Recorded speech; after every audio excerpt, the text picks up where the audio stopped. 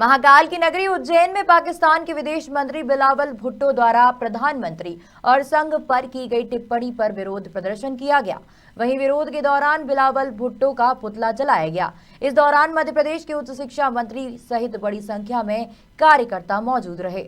आपको बता दें कि पाकिस्तान के विदेश मंत्री बिलावल भुट्टो द्वारा देश के प्रधानमंत्री नरेंद्र मोदी और संघ के खिलाफ की गई टिप्पणी के विरोध में पूरे देश भर में भाजपा द्वारा धरना प्रदर्शन किया जा रहा है। इसी के चलते शनिवार को उज्जैन में भी भाजपा कार्यकर्ताओं ने सड़क पर उतरकर प्रदर्शन किया। शहीद पार्क में बिलावल भुट्टो के पुतले की जूते चप्पलों से पिटाई कर पुतला दहन किया गया। इस दौरान मध्य प्रदेश के उच्च शिक्षा मंत्री डॉक्टर मोहन यादव, सांसद अनिल फिरोजिया और निगम सभापति कलावती यादव सहित बड़ी संख्या में कार्यकर्ता मौजूद रहे। इस मौके पर बोलते हुए शिक्षा मंत्री और सांसद ने पाकिस्तान को अपनी औकात में रहने की सलाह दी है।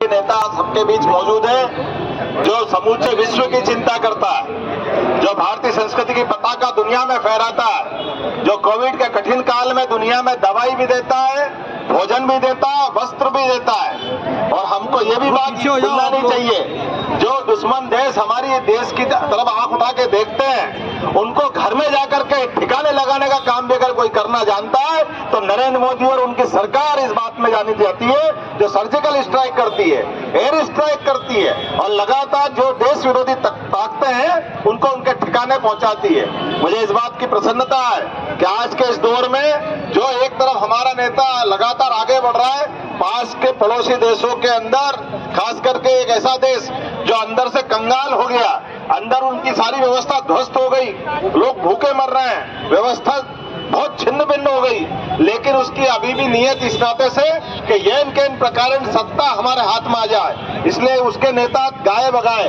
एक सूत्री फार्मूला वो केवल इस नाते से जाने जाते हैं कि कैसे भी करके भारत को और भारत के नेताओं के बारे में कुछ बोल दो। प्रधानमंत्री को लेके देशभक्त संगठन राष्ट्रीय स्वयंसेवक संघ लेकर के मैं निंदा भी करता हूँ। आज इस विरोध में मैं स्वयं सम्मिलित भी हुआ, भले ही संघ मंत्री, लेकिन राष्ट्रीय स्वयंसेवक संघ के बारे में कोई बोले या प्रधानमंत्री के बारे में बोले बर्दाश्त नहीं होता है। और लोकतंत्र में विरोध ही सबसे बड़ी पद्धति है जिसके माध्यम से हम जनता के बीच में लाते हैं। काफी समय पाकिस्तान और उसके साथ चेते और अपने कृत्य के प्रति माफी मांगे और सरकार से बिलावल भुट्टो को प्रधानमंत्री तत्कालीन जो प्रधानमंत्री है वो विदेश मंत्री को बाहर करे। मैं उम्मीद कर रहा हूँ इसी के साथ साथ राष्ट्रीय स्वयंसेवक संघ, जिस संघ ने हमको मालूम है आज़ादी के समय देखिए बंटवारे का भी हुआ, लेकिन बंटवारा जब हुआ तो हिंदू मुस्लिम सबकी अपनी मानवता के नाते सेवा की।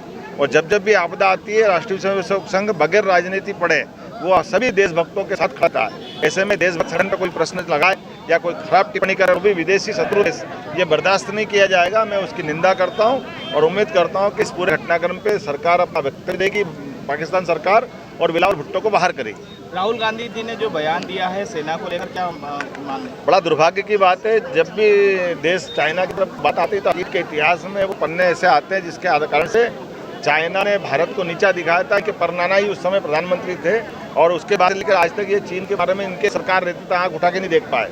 लेकिन वर्तमान के दौर में जब चाइना से हम निपटने में सक्षम है, भारतीय सेना मुकाबला कर रही है और उम्मीद करता हूँ कि पशु पक्ष में न करते हुए राहुल गांधी अतीत की उस परंपरा का भी पालन करेंगे, जिसके बलबूते पर जब कोई विदेश की शक्ति को सिर उठाती है, हमारे देश की तरफ देखती है तो देश की सेना का मनोबल बढ़ाने के लिए पक्ष साथ में आते हैं। उम्मीद करता हूँ राहुल गांधी इस परंपरा का पालन करेंगे, लेकिन मैं कल्पना ही कर सकता हूँ कि जो ये बात समझेगा वही ये बात एहसास करेगा। आज से आप पठान मूवी, अब देखो मूवी मनोरंजन के लिए होती है, लेकिन किसी के धर्म का अपमान करने का अगर वो अगर जरिया बनेगी, मैं इसकी निंदा करता हूँ। किसी भी प्रकार से किसी भी दृष्टिकोण से बहुसंख्यक वर्ग की भावनाओं का जो आहत करेगा ये बहुत दुर्भाग्यपूर्ण बात है। और पठान मूवी हो या कोई और मूवी हो, इसमें किसी प्रकार से अनुमति नहीं दी जाएगी जिस ढंग से वो पिक्चर में अपना व्यक्तिगत एजेंडा लेके चल रहा है। मैं उम्मीद करता हूँ कि अभी भी समय है और शाहरुख खान और जो भी निर्माता है वो माफी मांगे और उन दृश्यों को काटे जिससे देश की भावनाएं आहत हुई। आज से आपके उज्जैन से विमल बेंडवाल की रिपोर्ट।